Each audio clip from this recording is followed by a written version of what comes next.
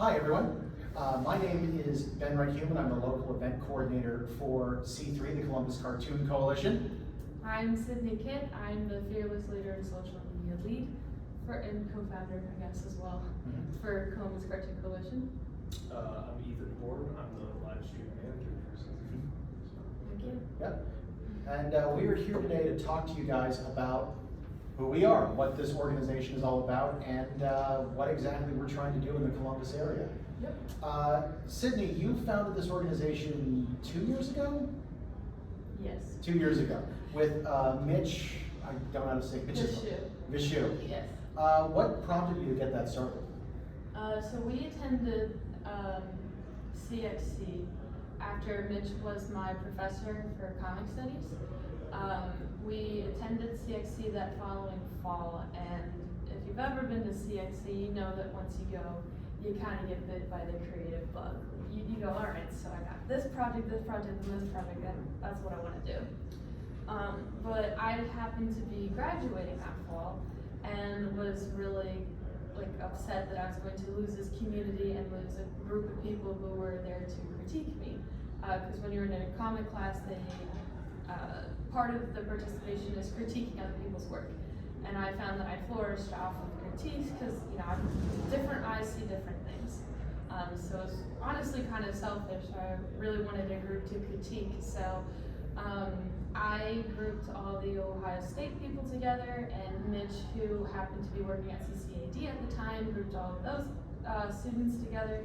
So we formed the Discord with the two groups, and by there it spread from word of mouth, and now we have, I think, over 160? Over 160. Over 160 different comic artists, writers, illustrators, colorists, enthusiasts, mostly from the Central Ohio area, but we also have some people who found us like in New Jersey. Jeremy was one of the first people who joined, and I have no idea how he found us, but he has been an amazing supporter since the beginning. So, but yeah, that's kind of the rundown of how it started. And it's pretty wild also, just because I've been in Columbus since 2017, been part of the comics community since then, and there are a lot of cartoonists in Ohio. It's a huge state for it, especially in Columbus, but nobody was really networked very well. It was weird because where I came from, the comics community was very interactive with each other, and we always wanted someone to do it, and I was too lazy to form a Discord. But then last year, Sydney came up to the table I was sharing with another member of the board who unfortunately isn't able to make it, Kelsey, is currently boldly watching our table. But you came up, introduced yourself, and within a week, we were both active in the community. We just immediately got absorbed into it. Yeah. How did you get in? I just saw the account on Instagram and I was like, this is a comic thing that I haven't heard of. And then I joined. It was pure chance, but I'm glad I did. Because you're also from Central Ohio, right? Yeah. And I was really active in the comics community at CCAD, and I'd been to S.P.A.C.E and CXC before, but yeah. Word of mouth? Word of mouth. Yeah. It works. So in addition to just hanging out and doing critiques, we've actually done a couple big group projects as well. Yep. We try to do a large anthology every year. So we have 3 different projects that are based off of the title of the club. So we have Project 1 is based off of something Columbus. The first year it was drawing a comic of the typical day in Columbus. Project 2 is about cartoons. So the first anthology was What Got You Into Comics. And then the third project is about a coalition. So every year we have one writer write a cohesive story, and then we have artists pick the different lines that they want to draw and create one cohesive story, but every page is a different artist, different style, which is really, really fascinating to see. I think that was probably my favorite project. I don't know about you guys. I mean, it was a lot of fun to work on. That's where I submitted my page, because that was the project that was running when I jumped in. Yeah, because all we did was have a cohesive character design, cohesive story, and that was it. Yeah. No color, no style, backgrounds, location, anything. You do whatever you want, and it was really exciting to see what people did. Yeah. We also, this past year, have done 2 other big projects. So we've already gotten out 3 projects this year. That's pretty good. Yeah. we also did the winter coloring book, which was designed, and like, didn't we have deals for educators and things Yep. like that, trying to get it to? So, yeah, we had any educator who wanted to get the coloring book, we gave it to them for free, because, I mean, they pay way too much for a lot of things, and when it comes time to winter break, your brain kind of goes to not school. So, we figured it would be nice to just give the coloring book out to educators so that they had an activity to do with their kids. And that was put together by Kyle Wendell, so that was really fun, and we think we put it together in like 2 weeks. Yeah, that People one, were very excited to participate. yeah, that got together fast. Yeah, it was, yeah, so, And if, as someone who, like, in my regular job, I'm putting together comic anthologies, getting stuff together that fast is already incredible. It takes months normally to do stuff like that. So Yeah. this group being that active has been amazing. yeah, and I think it was easy because it's just line art, Right. you know, Yeah. versus like having to create a story, having to create dialogue, like just line art, that was Yeah. really cool. We should also bring up the third project. Yes, Yeah. it's such a long title, I keep calling it BIPOC rock, but it's what, conjunction and junction? A function in conjunction. It's a long It's a name. long It's called name. BIPOC rock. I don't Those are know. the big words on the title. We do that to ourselves. Yeah. It's too long of the title, and I gotta write it out and Mhm. just curse myself, like, why did I do that? But, yeah, we have BIPOC rock, so we had 5 different, artists who were in our group, detail different types of stories. So there was one story about how to pronounce the guy's name, because everyone pronounces it wrong. There was another detailing the symbolism of rice in grief, was that what it? I think so, Chinese, yeah. yeah, it was about rice and food specifically, so it was really interesting to see a bunch of different perspectives and the different type of people who formed our group. So that was really, really fun Yeah. to see. That's part of the fun also, is that it is a very diverse group. Very, yeah. Yeah. Lots of BIPOC representation, LGBTQ+. We have students, we have parents, we have people who are just graduated high school, those of us who are in full-time, those of us who are doing comics full-time, so. Yeah. Very, very diverse, but it's just also fun because you get like a text message at 2 a.m. like, hey, why does my arm look weird? Like, what's wrong with this arm? And you're like, I gotta work in 6 hours. Like, Yeah, it is great how much, just everything gets shared. Like, Yeah. people are constantly putting their work in the chat. yeah. Yeah. Ethan, your big thing is running the live streams for the channel too. That's right. So basically, I'll take C3 members who they have like a project in the works or something coming up, and I'll go on and interview them.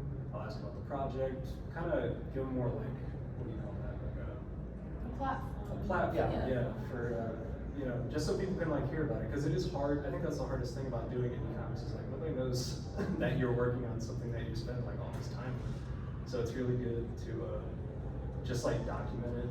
Speaking of documentation, we have a YouTube channel and an Instagram where the live streams are posted, and that is, I think it is Columbus Cartoon Coalition. Yeah, Just it's Yeah. youtube.com/@ Columbus Cartoon Coalition, because YouTube is weird.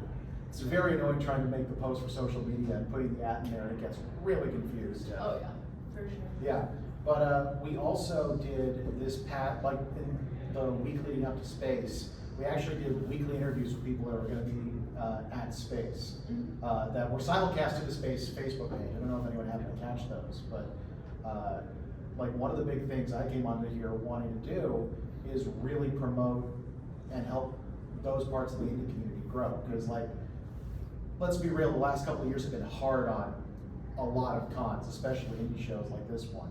Yeah. And we wanted to see if we could leverage this group of very young tech savvy people, because like, I always feel like the old guy in the group because the average age is like early 20s, but or it feels like anyway. It feels like it, yeah. But yeah, it's at least mid-20s, come on. Yeah. Yeah, but it's one of those things where it feels like bringing a whole new generation to get involved in events like S.P.A.C.E, which I feel like everyone who's here knows there's a reason that we want to keep this thing going. Yeah, because, yeah, that's one of the main goals of the club, is just not only promoting the individual artists and promoting ourselves, but also just promoting comics in the community in general. Yeah. Because, you know, we did free comic book day, Mhm. we had several different artists who were at the different comic books around town. Some of them, like, I've been here for, I don't know, 5 years now, and it's like, oh, there's a comic book shop right there, okay, didn't know that, then let's go next week Yeah. type of thing, so. It's funny, one of my friends was looking at potentially moving to New England, and having lived there, like he specifically was looking at Vermont where I lived, and I'm like, you know, Vermont's a great place, but you've never, the big thing is like, you go to a comic shop every week, you would be 45 minutes from the nearest comic shop. Mm-hmm. When you're in Columbus, there are 11 shops in town. Yeah. Yeah, there are so many Oh, yeah. that you're able to get to. And like, you're never more than 15 to 20 minutes away from a comic shop, worst case scenario. Yeah. And it's a huge part of the local community, and it's always amazing to me that people don't seem to know that. What about the Billy Island? Billy Ireland, it cracks me up how many people don't know the Billy Ireland Library is here. Just quick show of hands, who does not know what the Billy Ireland Library is? It's okay. Okay, cool, everyone knows what it is. Since we are filming it, just in case, OSU has one of the country's biggest comic libraries. Like it's got a big museum set up. It has all these originals. It has the Calvin and Hobbes originals. Mm-hmm. It's an absolutely amazing resource. It's amazing to me how many people in Columbus have no idea it exists. I went to Ohio State and didn't know about it until my junior year. Yeah. One of my friends who is a writer and actually does a lot of stuff with comics is actually in the group, but I'm not gonna blast him. But I talked to his wife a couple years ago, and she didn't know about it. And her husband's obsessed with comics, and I have no idea how that happened. Yeah. But it was like, oh, we need to take you. Yeah. Yeah, that's what we did. So we do most of our events online, but we do like to go out into the local communities. So our last in-person event, we went to the Billy Island and saw the exhibit before. They rotated it to the next one, and we did a book swap there. So Yeah. it was fun to be outside the Billy Island, just swapping books back and forth, and it being like, oh wait, we have to go into the museum now. Yeah. So we all had to get a locker and put our new books in there, and then we got to go see everything. Was politics in comics? Yeah, there was politics in comics and the Yeah. man who saved comics. The All Man Who about that Saved. guy with the, I'm blanking on his name. But it has this huge newspaper archive that he In managed to save. California, right? Yeah. Yeah, Like- in his house. Yeah, he was basically a hoarder who, part of his hoarding was keeping classic newspaper comics. And it ended up being the only place you could find a lot of them because they got destroyed or turned into barely readable microfiche. But yeah, but now Yeah. it's all at the Billy Island, and that's, I think, how they started, right? Yeah. One of the big collections that helped get them started, so. Yeah. It's a fantastic place, and the next one should be coming up soon. Yeah, they do regular exhibit changes. Yeah. And we're gonna have to make another run out there. Yes. Speaking of book swaps, we are doing one today as well. The C3 table is kind of towards the back, towards the middle. And right next to it, we've set up in one of the blank tables, a book swap where you can add some books, take some books, as many as you want. And anything that doesn't get taken at the end of the day, we're donating, right? Yep. Yeah. So, one of the things that, okay, I'm putting this back in. Cut it, no. One of the things that also has been very helpful in the group, we mentioned Mitch before, who was one of the founders, recently gave a talk about getting art grades. Yes, so they have moved on to working at the GCAC, the Greater Columbus Arts Council. And I think that's another resource in Columbus that just isn't talked about enough. They have lots of opportunities for individual artists. I know artists who have gotten like new iPads to help them create their art with this grant. I was fortunate enough to get the grant for my latest graphic novel, in which the money that they gave me helped lower the printing costs for myself, which allowed me to donate portions of the proceeds of that comic book to an organization that the comic book kind of talked about. So like the titular character died of blood cancer and the Lymphoma and Lymphatic Society. Sounds right. Okay, I'm not sure. I'll check. But LLS helped him during his life and he survived 30 years, which is not common at all. Usually it's a year or less. So they helped him throughout his life, and when he passed, unfortunately, you know, the book was created, and we were able to donate $400 to the LLS in his name. So without that grant that they gave me, it would not have been possible. So it's a very, very great resource for artists and groups as well. So Yeah. there's opportunity for organizations to get together and create events for the community. So one of the things we've talked about is potentially having one of those events where the first couple of people who come to the event get a free anthology or a free, you know, whatever. So lots of opportunities there. If you guys have not checked it, please do. They are a great resource. Yeah, and it's one of those things like, again, I've been doing comics full-time since 2016. Grants had never properly been on my radar because, They should be. yeah, they absolutely should be. Like, part of talking to Mitch was learning there's this entire venue or avenue of pursuit of you know, being able to pay to do for my work. Yep. That I hadn't even properly considered. I always vaguely heard people talk about grants, and then it's like, no, here's how you do it, here's what you can ask for. Yes. And that was all done as a live stream.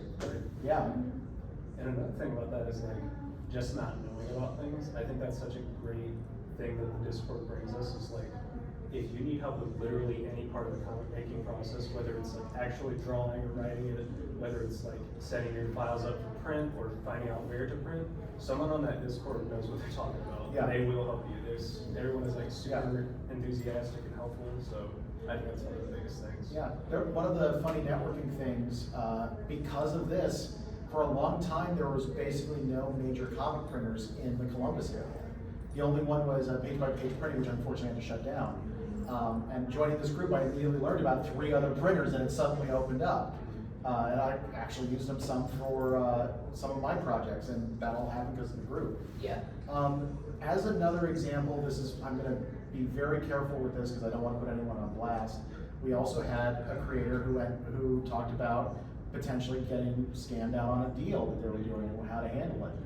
And the group pretty much all got together and said, fight this. And it ended up happening, and they got paid what they were supposed to get paid. Like, there's a real sense of support and community with a lot of this stuff, and it's been very helpful because, you know, it's really easy to get stuck with a for exposure scam.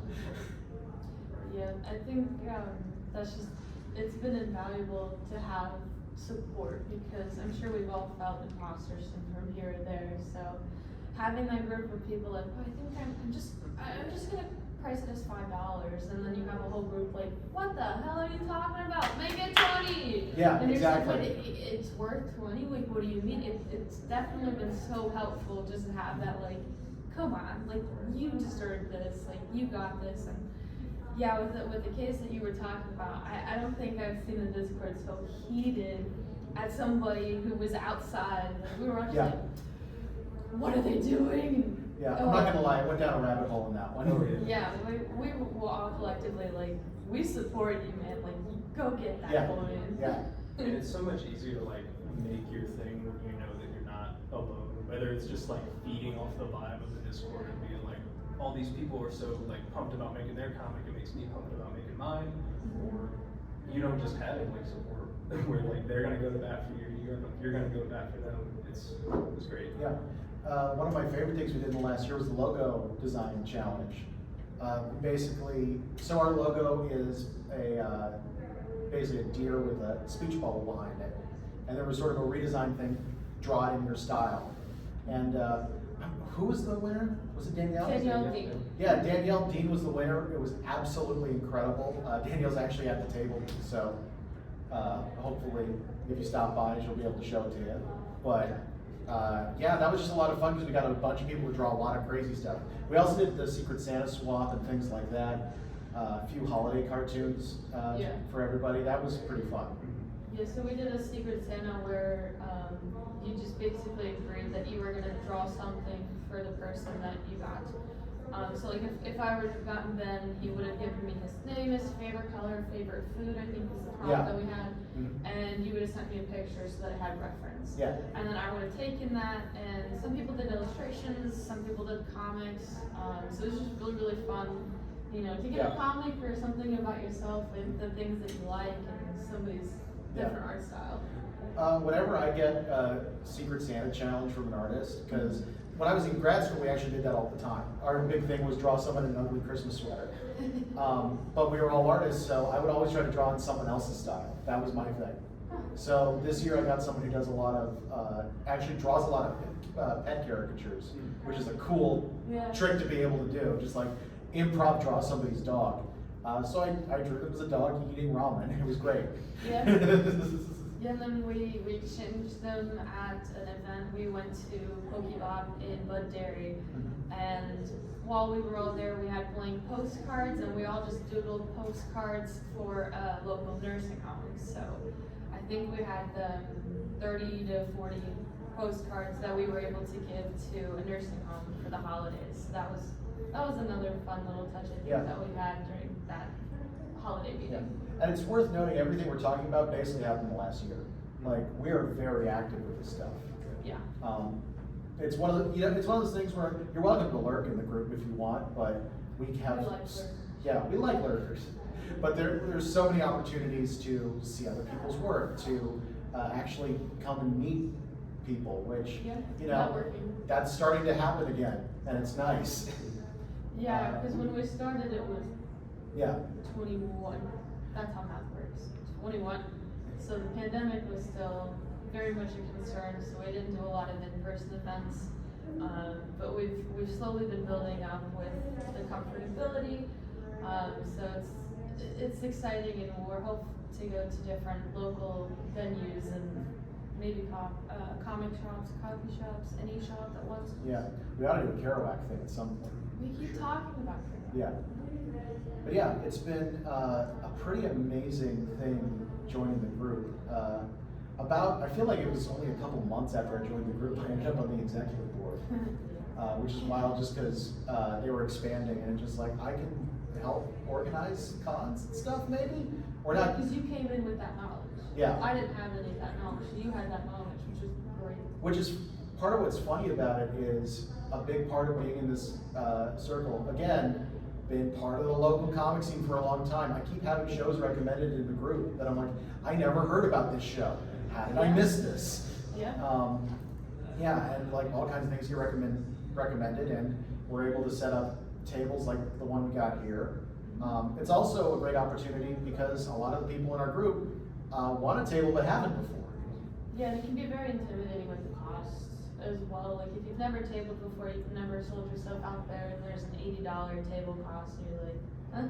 Okay, never mind. Yeah, So exactly. But that's why we do it under the C3 name, is so that you can split up the costs. You know, you're getting into Yeah. it, but you're not fully committed yet. So it's a nice little tester Yeah. for And- those interested. And one of the other things that can help with that also is if you're moving the merchandise that we've created. Like, we are not for profit, but like printing all the stuff can be expensive, so we do sell some of the anthologies and things like that. It can sometimes be a lot easier when you're starting out, especially if you don't have a lot of merchandise, to be able to sell the group's merchandise. Yeah. And also, it's way easier to be, you mentioned imposter syndrome earlier. It's so much harder to say, you should buy my comic, and to go, this person's comic is awesome. That's way easier to do. I think that's what we do every time at the C3 table. Is, Yeah. Yeah, I mean, that's my comic book. Have you checked out his? Like, Yeah. you should look over there. Yeah, very first time I did any kind of tabling thing back in Vermont, like I was quiet sitting in front of my stuff, and I had a guy who was a complete salesman next to me, a classmate of mine named Shashwat, and he was basically selling his stuff and my stuff for me. Aw. It was great. And now you're the guy who stands at the cons with your arms up with the fire. Yeah, I haven't brought it out at this con because I figured there's not enough crowd.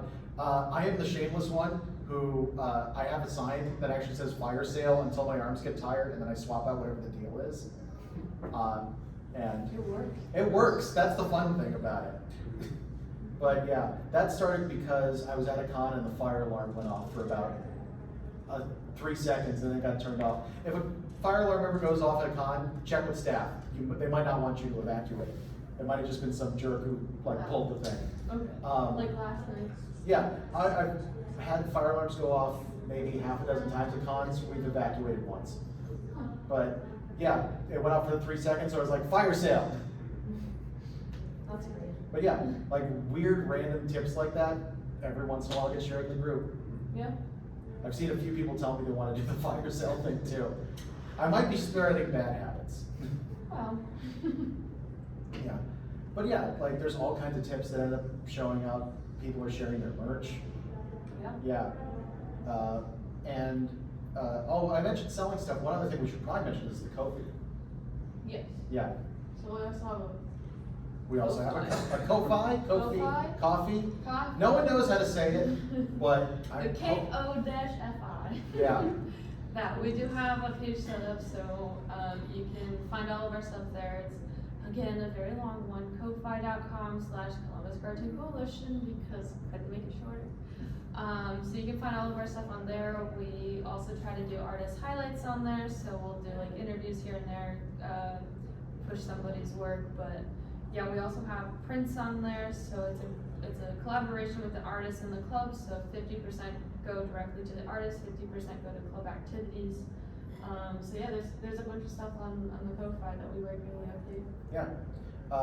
I was going there actually looking for reference stuff for our branding, because like one of the other things that's been helpful for me, I've never been particularly social media savvy, which it's been very helpful having a social media guru that I can look to and be like, oh, what are you doing? Yeah, that's just what I do for a living, so Yeah. it comes in very helpful, which is again how we found Ethan, just social media. Yeah. All through the Instagram. Like those are our two most active places. Instagram for pretty much everybody, and Discord specifically for comics people. Yep. Yeah. And YouTube, if you want to see our backlog of streams, she'll show. You know. Yeah, absolutely. Speaking of the stream, not to go back, but Yeah. we don't just like promote people on there. We also just like hang out. We'll do like drawing games. Yeah. A lot of live draws. Yeah, a lot of live draws. I just like to talk to people and find out, like, we're gonna pick your brain and we're gonna like delve into your childhood and find out some interesting things about you. No, it's not that crazy. But, drawing live is fun. It's a good exercise if you haven't done it before. Kind of boosts your confidence. So please come on. Or just, we have work sessions in the Discord too. So if you just want some people to talk to while you're working on your stuff. Yep. Absolutely.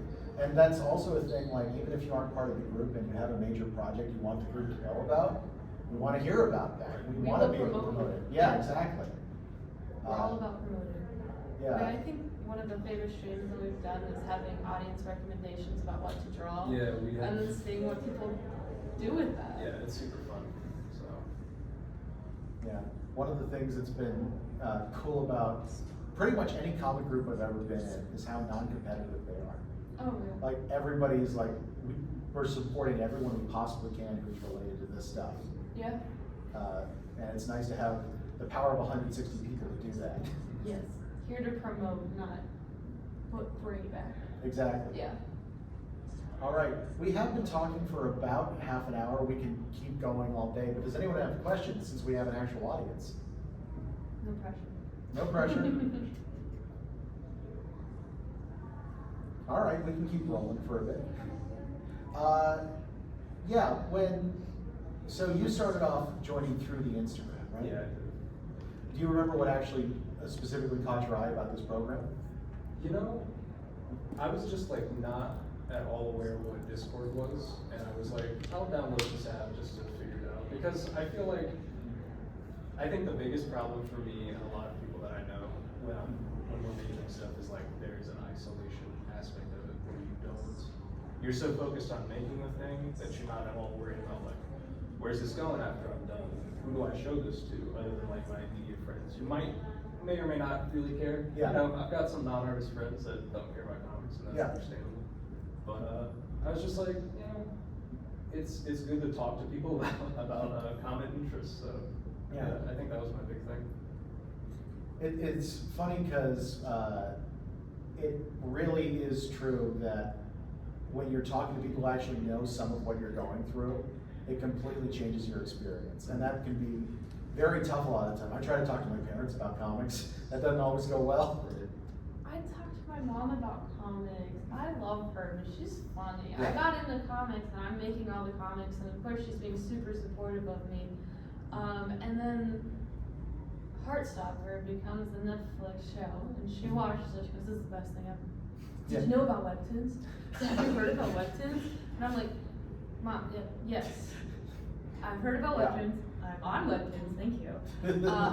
But it's also funny to see how people get into it as well. Yeah. You know, like, it just, what got you into it? I know I dragged you into it. Yeah. But what was the point that you said, all right, I'm fully into it now, it doesn't matter who you are? I think another thing is cool about like just being in a group is seeing people grow. Like I know we've got a bunch of people who are like just starting out on comics and they Yeah. didn't really know like what they were doing. And like it's been like a year since I've been in the group, like a year plus now. And like from that time until now, people have been like putting out full comics and like Yeah. tabling at conventions and like letting people know about their stuff. And like that's a crazy short turnaround if you Yeah. you know Yeah. been in the space for as long as some of us have. It's part of why I try to be as loud as I am, Yeah. to encourage other people to be loud. Yeah, because I think Javier started Hex and the Wex, like, Right. just sent us the character designs. Yeah, I bought the finished copy today, so Isn't that it looks incredible. beautiful? Yeah, it's great. But yeah, so just getting to see that process that, you know, they went through, the character design and the stories And just like the level up in terms of like drawing has been, it's Yeah. a huge growth. So Oh, yeah. it's good to see. It's funny how much just a little bit of encouragement will do. I remember before this group, one of the turning points that made me go, oh, I might be able to actually make comics. I had a couple friends look at a piece of art I did and be bad critics of it. And then I had one friend who was an artist look at it and specifically explain what was off, Yeah. like very constructive. And as soon as I changed that, I'm like, wait a minute, this looks good now. Oh, I could do this. Like, that was a big turning point for me as a cartoonist. And like, I keep hoping that we can help people have more of those moments. Yeah, because I think that's one of the biggest things with critiques is if you've never done a critique or been critiqued before, you don't want to do it. Yeah. Because you think it's a negative. Like, critique has had such a negative meaning behind it that you're like, oh, I don't want people to be mean to me. And it's like, no, we love it, but you do X, Y, and Z, boom, Yeah. to the stars. I was always taught the sandwich method, where you say something nice, you say something constructive, you finish with something nice. Yes. And to me, you can get rid of the nice if you have to. Constructive's important. Yeah. Do not just be negative like, this sucks, or I don't like this, or anything like that. Say, this part could be stronger. Yeah. That will do so much more. I mean, Yeah. I'll give you a mean critique if you want. Some people, if you ask for it, I think it's appropriate, but that's Yeah. not what we're gonna go into. Yeah. Well, yeah, but if I post my work and I'm like, don't hold back, I know that there's something wrong with this. Then we get to make Yeah. Sydney cry. Then I cry. No, Yeah. I'm just kidding. No, there was a thing in, I had just sent a friend the script for what ended up being my second graphic novel. And this is someone I trust a lot and who does give very harsh feedback sometimes. And this was actually while the Kickstarter for the first graphic novel was going. And I got a call from him. And I picked it up and was like, look, I don't know how to tell you this. Don't release this story. You will ruin the universe you've created. And here's what he didn't know. I'd already scheduled a post to announce that I was working on the second book. So I'm like, okay, we'll talk about this more later, good timing. And I go and quickly can't stop the post because I need to know what he's talking about. And the thing is, I've come to learn with this specific friend, my first reaction to what he says is usually going to be a response to harshness. If I get clarification, he's usually right. And there was stuff that needed to be fixed in that script. And when I did fix it, he was like, now you're good. Yeah, because I'm not a writer. I'm not a writer at all. Yeah. And I will admit that. My grandma very blatantly pointed it out. She's like, yeah, I can tell that somebody else wrote volume 2. Okay, thanks. But Jack Wallace, who's from the Scribblers in our group, and he's a writer. Yeah. Fantastic. So I'm like, hey, here's my script. don't hold back, that was my mistake. No. But there was something specifically that he said, Mhm. it just clicked Yeah. in my brain. So my version 1 did not even look like version 2. Yeah. But it was because of the thing he said, it just clicked, and I'm like, that's what I need to do, and it's just fantastic. And Yeah. again, still bad at writing, but Mhm. it does help. Yeah, and it's also worth noting because there are a lot of cartoonists who feel like writing's not their strong suit. We also have an entire like channel in there for writers. Yep. So not only can you get writing critique if you need it, it's a good resource if you want to find someone to help write for you. Yeah. And Jack specifically, like, he cares so much. He goes on and reads every page of every script. Like, if you put something on there, it's gonna get a critique. Yeah. I know getting a writing critique is sometimes difficult just because it's a little bit harder to say something because you have to read a 20-page script rather than look at an image. But Yeah. Jack is super good about that. And it was exciting getting Jack involved with it too, because like the Scribbler's a big deal. It's Eisner nominated at least twice now, right? Oh, yeah. Yeah, and having that resource there, especially since it's a great way for people starting out to get stuff in. So we get announcements every time they were taking more submissions and links directly to it. Yeah. Yeah. I think we were joking around that one issue's gonna have to be Columbus Cartoon Coalition based. Yeah. Just because we've had so many people like just find out that the Scribblers thing through the Discord. So we push them, we're like, go, do it. They're like, well, I don't know, well, do it. That's actually how Kyle's comic started. Kyle posted his first volume at S.P.A.C.E last year, and it all started because he put a little comic strip in the Scribbler, and we all went, this is fantastic. Yep. What's the next part? So that's how he started, which is awesome. Yeah. I believe now he's updating a weekly webcomic based on that. Yeah, So, because he's crazy. yeah, he is. Crazy good. Crazy. And can stay on top of it, which is even more impressive. And he's a dad. on And he's a top of dad, it. a toddler dad. Toddler dad. Whew. We love you, Kyle. Yeah, I was about to say, what are you saying about weekly comics? Because that's also one of those things. It's nice to have support when you're trying to do something on the regular with comics, because very often it's a lonely business. Like, I'm still surprised when I find out anybody's read my comics. And that's one of my goals, is for people to be comfortable enough in the Discord that they're like, hey, it's 10 p.m. I'm trying to get this comic done. Anyone want to jump on and keep me entertained while I'm working? So that's definitely, I think, where we're trending. Yeah. But that's just a goal, is like for people to feel comfortable and be like, hey, I need a critique. We do have a lot of people who do that and say, hey, I need this critiqued, but I hope that the next step is like, all right, I'm bored. Anyone want to jump on and talk to me while I'm working? One thing I kind of want to change gears to a little bit, just because we're getting towards the 40-minute mark. I'm curious, like nothing binding, but what are some of the things you'd like to see happen in the future with the group? Well, definitely more anthologies. Mm-hmm. I think we were a little too ambitious with this year with what we wanted to do, so now we're learning about what we can and cannot handle. Mm-hmm. So definitely more anthologies, more live streams, because that's brand new this year. We just started like in January, I think, right?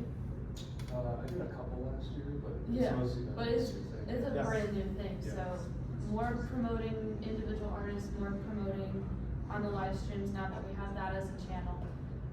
And like I said, just more support, having more people. Obviously, a big group is nice, but just having a group of people who are consistent and, just feel comfortable, like I said.